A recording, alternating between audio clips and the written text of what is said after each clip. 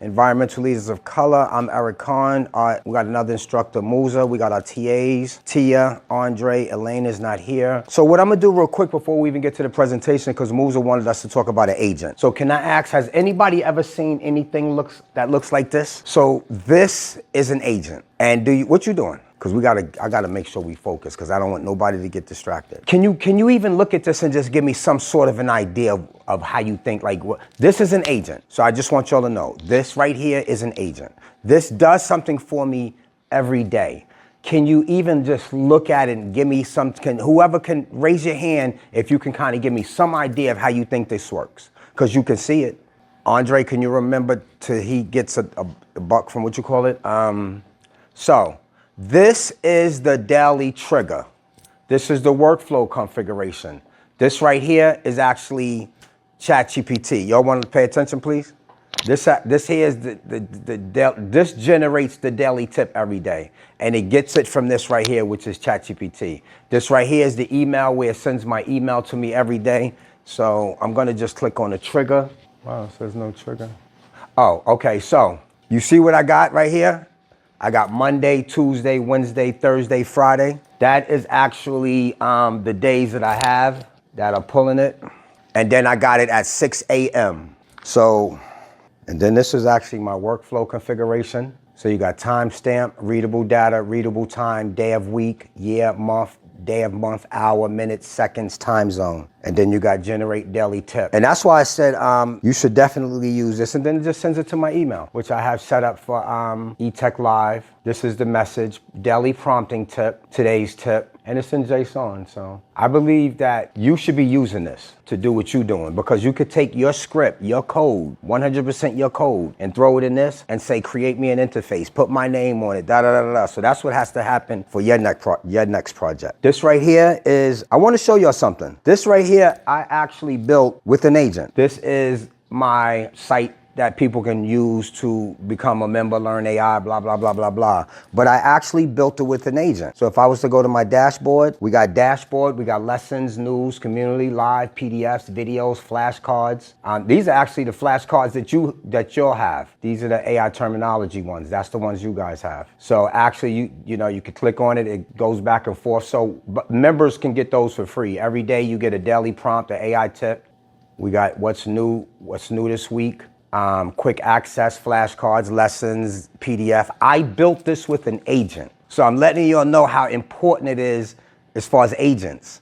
I built this with an agent, and I built it vibe coding. You heard of vibe coding? So vibe coding is what you have to understand today, because vibe coding is similar, like vibe coding is after prompting. Vibe coding is basically me telling you what to do with that innate N. You need to vibe code with it. You need to go and get your prompts together, understand your direction of what you want to do, and start talking to the AI and vibe coding with it to build what you need to build. You know what I'm saying? This is actually not even a website. This is actually a SaaS platform. So people can join, they can interact, they can learn things. It's just not a website. So you can build a SaaS platform just by vibe coding. You just have to pick the best platform. You know what I'm saying? So I want to show y'all. So right here we got, this is actually, so now to this one? Yeah. It's the AI Learning House.vip. Now when I go to videos, I want to show y'all a video that's to me very, very important. And this video is one of my first videos when I started studying artificial intelligence. And this is one of the videos that made me change my mind on just being a consulting company and actually trying to teach us. Now, these are the most powerful people in the world that's getting ready to speak. These are the most richest people in the world that's getting ready to speak. So if you don't believe me, listen to them. AI News with AI Erik. It is going to eliminate a lot of current jobs, that's true. We can make much better ones. I've always thought of AI as the most profound technology humanity is working on. More profound than fire or electricity or anything that we have done in the past. It's one of the things that, the sort of 4 or 5 things that would really affect the future dramatically. I think it's comparable. That's the Godfather. The Industrial Revolution. Jeffrey Hinton. Electricity, or maybe the wheel. Or maybe the wheel. Yeah. But this is as big a breakthrough, a milestone, as I've seen in the whole digital computer realm. AI News with AI. Do y'all know who those people were? You're hurt. This video's probably 2.5 years old. You know what I'm saying? And they were saying that back then, and then now they're saying it even more, but Jeffrey Hinton has changed his views on it. He's no longer promoting artificial intelligence. He's now warning people about it. You know what I'm saying? So I just wanted to show you guys that because I always talk about the importance of it. All right, so now let's talk about AI didn't appear overnight. So can anybody tell me, because I know we talked about artificial, no more games, please. No games, no keyboard stroking and none of keyboard sounds and nothing like that. The reason we're gonna go back over things we went over last year is because I don't believe everybody 100% got it. Can anybody raise my hand and tell me in 1950 what happened? Like, and don't even look at this. Can anybody tell me 1950? Like, just tell me. Anybody can tell me who Alan Turing is? Right, and that's the reason we're gonna go back over what we went over last year, but just in a different way. You know what I'm saying? What's up, my brother? Go ahead.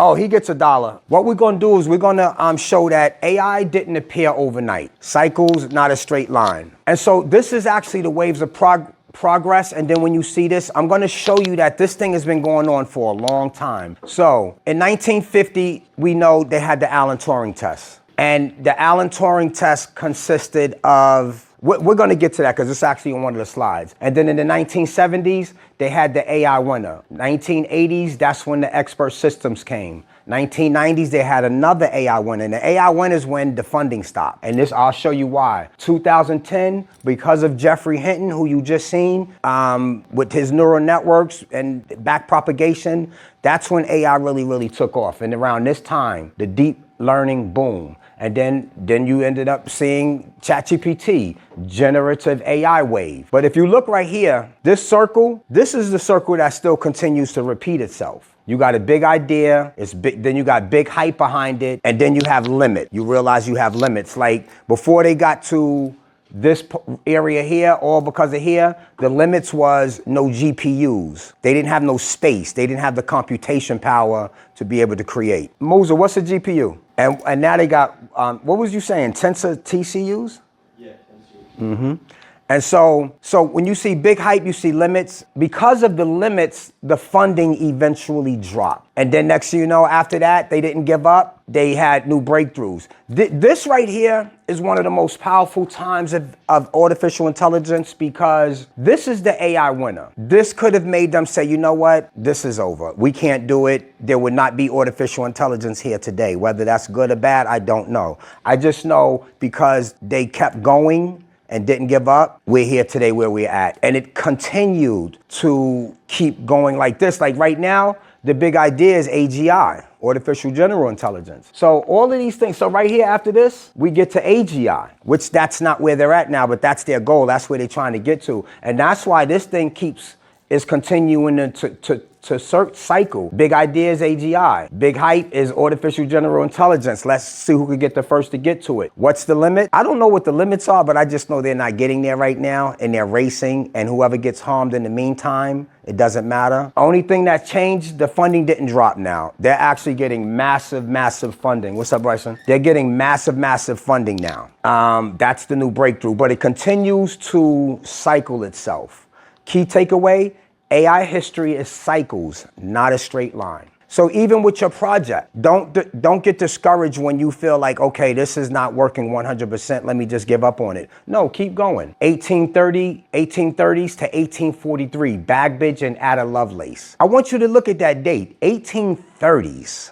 I mean, come on, man. You know how far, that's what, how many years ago is that? I think on one of the slides it says 180. Charles Babbage, analytic engine, mechanical, general purpose computing concept, along with Ada Lovelace, the first programmer. Machines follow instructions. They don't originate ideas. So in this era right here is when the first idea came to say that machine right there, because normally a machine back then was just, it did what it did, but they didn't think they can hook up a computer system to it to make it do what they wanted to do. That did not exist. But because of these two people here, that came to fruition. And that's why they feel like this is a part of, because they felt like a recipe is an algorithm. Can it follow recipes for thinking? So they weren't building ChatGPT, they were planting an idea. Alan Turing took that idea and ended up saying, can machines think? Because they was the first ones to say, can a machine follow instructions? That's very, very important. This is way back then. That's why you guys got to use your minds to be creative too and think of things that don't even exist.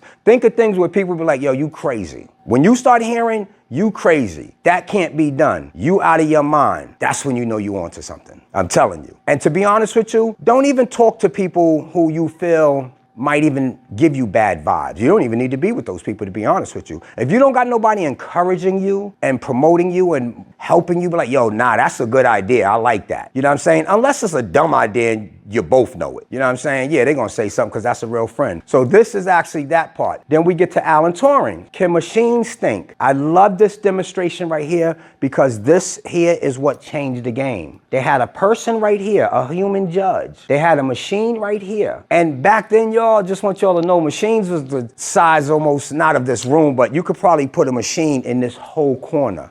It wasn't called a computer. It was just a machine. Then you had a human right here next to the machine. The human had to figure out, it was just text though, it was just human conversation. But this person had a human conversation with the machine and the person had a human conversation with a human. But he didn't know which was which. The judge had to be fooled to say, okay, I know that was the computer and that was a human. The judge could not figure it out. He couldn't tell which was which. And that's when everything changed. That's when the white paper started being written. That's when the funding started coming from the governments because they was like, yo, we could get machines to actually think. And that's when the money came. Propose the imitation game, Turing test, measures human-like conversation. Not true intelligence, just human conversation, just regular talking. Not trying to see if the machine can think like beyond what we're talking about. That didn't exist then. That was just me talking and seeing what the response would be back. The computer actually gave responses back that he couldn't figure out was a computer. So that was amazing. Human-like conversation, no true intelligence. Critical question. If a chatbot sounds human, does that mean it's intelligence or just good at language? Can anybody answer that? Go ahead. Say it again. All right. Now, artificial intelligence, the name still didn't exist. Alan Turing didn't create the name artificial intelligence. He just came up with the idea,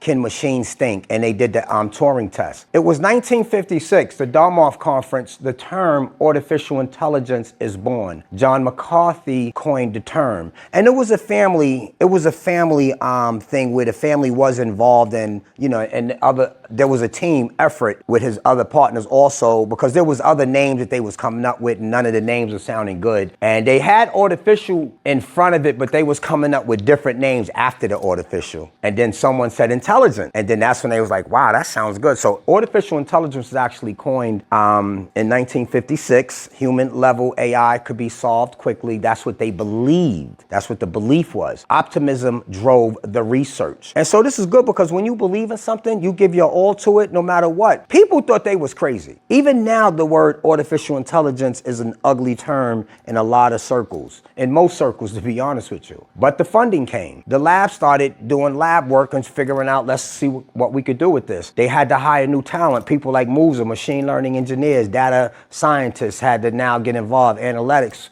people was getting involved, you know what I'm saying? Naming it basically made it real, giving a name to it. Because yeah, we got this idea, but what's the name of it? From the Alan Turing test to 1956, there was no name. They just could machines think, there was no term to it. So by giving it a name, that's when it kind of validified, okay, let's start throwing money to this. That's when the funding boom came. When money follows the dream. That's amazing. I need money to follow my dreams. Early funding areas, translation, military strategy, planning, automation. So the funding in the beginning was focused on being able to fund these things here. But what happened was lab control moves. I think you could relate to this. It was actually harder than it looked. It sounded good. Yeah, we got this thing. We got machines that can think. We can make it do this. Military strategy plan. Make it plan it for all of these things, and we just gonna make it happen. Give us the money. Boom. But it didn't happen because it was harder. Once they actually activated everything in the real world, it became a nightmare. And the problem with that is ChatGPTs, when they released their first GPT, even Google, they all had discrimination issues with their models when they first came out big time. I'm not even gonna tell you what they was. All I could tell you was it was towards people of color. Who are we in this room? Are we people of color? Yes. So why would the GPT have an issue and be discriminated towards us when it first came out? Think about that. That's a fact.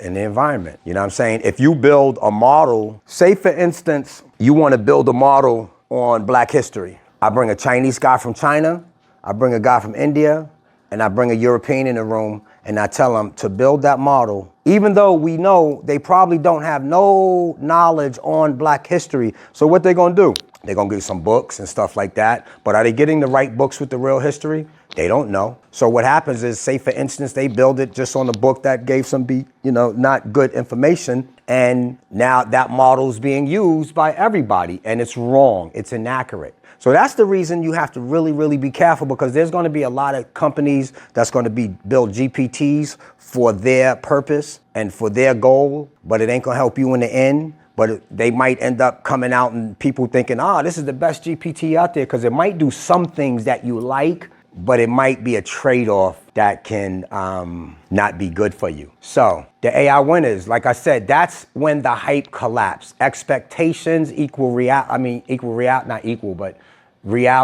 Am I reading this right, Musa? Expectations are larger than reality. Computers too weak, not enough data. System failed in the real world. That's the reason the money stopped. That's the reason the funding stopped. Promised a self-driving car, but the car couldn't handle the rain. Funding dried up. And one thing about people who be looking to fund you, when you say you got 10 things that it could do, if one thing don't work, they might just stop the funding. It depends on who they are. 1986 to 2012, that's when deep learning did take off. Why? Because these three things right here, the ingredients. They needed more data. They needed more computation power, GPUs. They needed better techniques, like practicing basketball, shoot, miss, adjust, repeat. This is back propagation. Try, error, adjust, improve. Try, error, adjust, improve.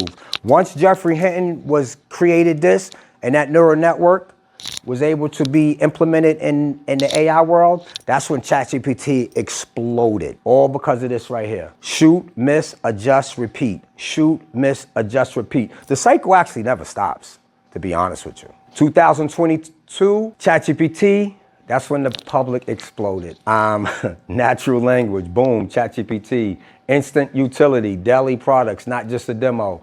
Companies scrambled? Yes, that's a fact. And companies are still scrambling, because you only got about, 15% of companies that's really using AI in the United States and implementing it very, very good. And I think that's an exaggerated number, to 15%, to be honest with you.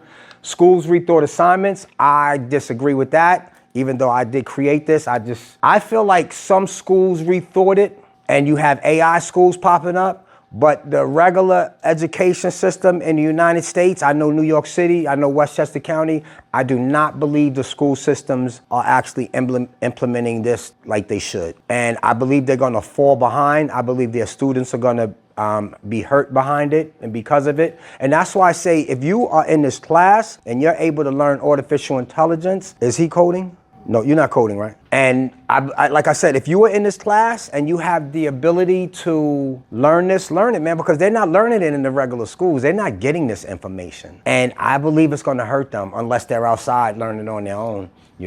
AI became Main Street overnight. Policy became, okay, so let's get back to the schools rethought assignments. I think that most schools are not, like I said, they're 3 to 5 years behind, and I think that's a short number. I think they're longer than that behind.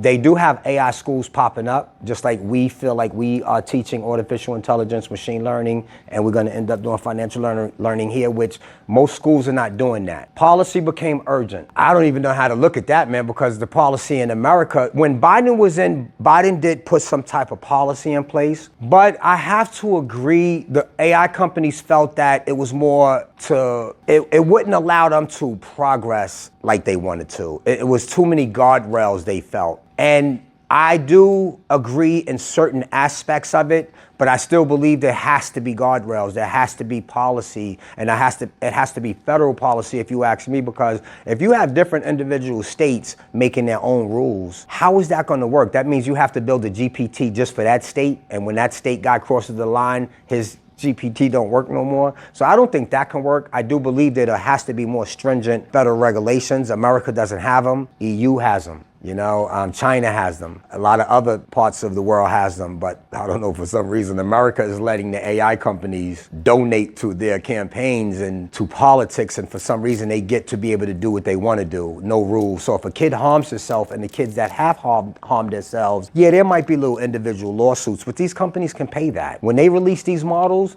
they know there might be some people that harm themselves and even kill themselves in the meantime, and they know they got money to cover the lawsuit, and that's terrible thinking, to be honest with you. So as far as policy, we don't really have too much policy in America. And if it is, it favors the AI companies, which is not good. From ChatGPT to multi-model to prompt engineering. Can anybody tell me what multi-models is? Don't even look at this. Don't look at that. Can just raise your hand if you know what a multi-model is. No? Go ahead. Gotta speak up. No. But good try. No. You know what? I think you're on track. It doesn't use different GPTs, but it does use different things. So a multi-model, when ChatGPT first came out, it only came out to do text. It only came out to where you can ask it a question and it's only going to give you text. But what happened as we started moving along, you ended up being able to get an image out of that. And then next thing you know, you was able to get audio out of that. And then next thing you know, you was able to get video. In the beginning, the video was terrible. But all of these things were separate in the beginning. This is ChatGPT 2022. And then next thing you know, you got a company that comes out that can create images. And then the next thing you know, you got a company that 11 Labs can create audio. Then you got video, Sora, VO3. And then when you put them together, it becomes a multi-model AI. Works across text, images, audio, and video. Prompt engineering equals new digital literacy. That's why we emphasize prompt engineering in here. We emphasize that, me and Musa. We've had lessons on it. We're going to have more lessons on it. You have to know how to prompt. You have to know the keys to prompting. The way I built these sites, prompting was heavily involved. You have to know how to talk to the AI. Weak prompt, make a resume. Better input equal better output. Strong prompt, make a one-page resume for a high school student. Blah, blah. You got to continue on. Bullet format, no fluff. Of course, this is not going to be the whole prompt, but you definitely want to make the prompt better than make me a resume. So one of the things that this does is, so the reason a lot of companies probably don't want you to learn how to prompt correctly, because if you do it this way, you use more credits. Because it's going to keep asking you, now you got to keep iterating. You know what I'm saying? With this way, you might do 3 things and prompt it 3 times and get exactly what you want. If you do it this way, you'll probably end up doing it about 10, 11 times prompting. And the more times you do it, the more credits you use. Agents preview for the week. So that's kind of like the end of it. But I want you to see plan, tools, check results, repeat. Your goal, plan, tools, check results, repeat. This is going to be, you keep going on. Next week, we're going to try to focus on building agents. If you want to go ahead and complete the project or add on to the project that you was doing, which we have some people that are going to do that, at least start next week, start brainstorming. I guess Musa will leave you kind of maybe some type of instructions or something like that. But what we want to do is we do want to start building agents. Not just agents, even if you want to build a website. That could be part of your what would we call it? Your presentation? Or, you know what I'm saying? When you do your thing and present, you can actually build a website. If it's a website that does things and can help people, you could do that too. And you could do it with Lovable. You could do it with N8N. You could do it the same way you code. If you want to continue doing what you're doing, which you probably will, right, Bryson? That will probably be what you do. And just add on to that, because next week we want to start it. Because you wasn't here when we was talking about, the goal is to, before we do the actual presentation in front of people, because we're going to have more people this time and more influential people that really matters. And we just want to make sure your presentations is 100% tight. So the 2 weeks before that presentation, we're going to actually be presenting.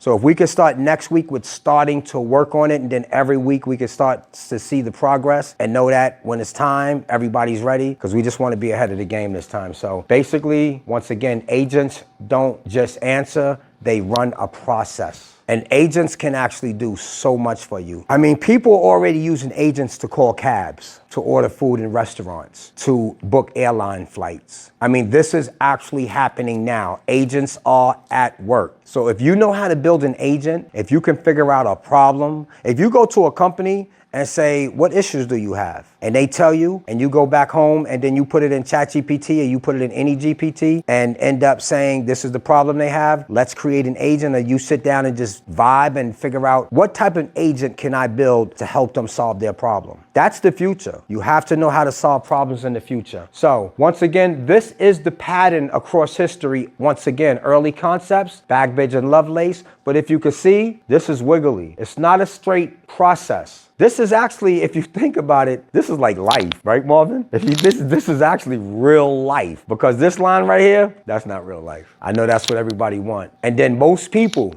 in real life, so you see under here why it's red in real life? It's red because people give up. Most people give up right there, right there. The first time they go under, it's over. I didn't get that job for the city. They don't want to hire me later for it. And then they just be a bum, some of them. And the bad thing about it is they didn't go to New Rochelle. They didn't go to Yonkers. They didn't go to New York City looking for a job. They just went to one place looking for a job, or whatever the case may be, whatever their situation is. Once they get here, they give up. I ain't gonna lie, me, and not to just brag on me, I done been through all of this and now I'm still here. You know what I'm saying? I'm here with you guys and girls, so Turing test, 1950. Of course, they came up with their idea, started writing white papers, started getting money from the government. Next thing you know, the government was like, yo, this thing ain't working, man. Here we are now. But they didn't give up. Team right here didn't give up. They took from what he did and said, well, let's give it a name. Artificial intelligence popped up. And then here comes the money, because now they gave it a name, but overall things wasn't really happening. So now we got a reality check, back to the bottom, back to no funding. Then we got deep learning. Jeffrey Hinton, the godfather of AI, his neural network started working because the GPUs and all the computational power started being able to give them, basically because of NVIDIA, and their gaming chips. And now we got progress. And then you still got reality check, because the companies actually, when ChatGPT released in 2022, they did have an agreement amongst the companies to kind of, let's take our time with this. And because we know the importance of it, we know how powerful this thing can be. And let's promise each other one thing. Let's not let the AI write its own code. And they all supposedly agreed to that, but that didn't happen. If they would have said, okay, AI can't write its own code, machine learning engineers, data scientists, data engineers, they would all be blossoming. That would be future jobs. Because 2 years ago, we was telling everybody to become machine learning engineers, become data scientists, learn how to write code. Even though I still believe you should still do those things, but don't do those things and think that that's going, do it on the side. You know what I'm saying? Because now AI is replacing machine learning engineers, data scientists, or either they're confining their jobs down to where if it took 10 people, now it could just take one person because AI is assisting you. So at the end of the day, you gotta really know what's going on and do your own thing. Think entrepreneurship. So now we got agent. We had ChatGPT in 2022. The reality check is AGI, because they're all still trying to get to AGI. Yeah, we have the agents now, and that's the money maker. Agents are building everything. So all I could do is leave you guys with, make sure you understand agents. We already are learning AI, but now agents is actually the thing. So key takeaways of what we learned today. AI is 180 plus years of ideas, not overnight. Cycles are normal, hype, winner, breakthrough. Progress needs three things: compute plus data plus algorithms. Prompt engineering is the new literacy. We're in a new cycle, multi-models and agents. The question isn't whether AI will change things, it's how well shaped that change. All right, that's it, y'all.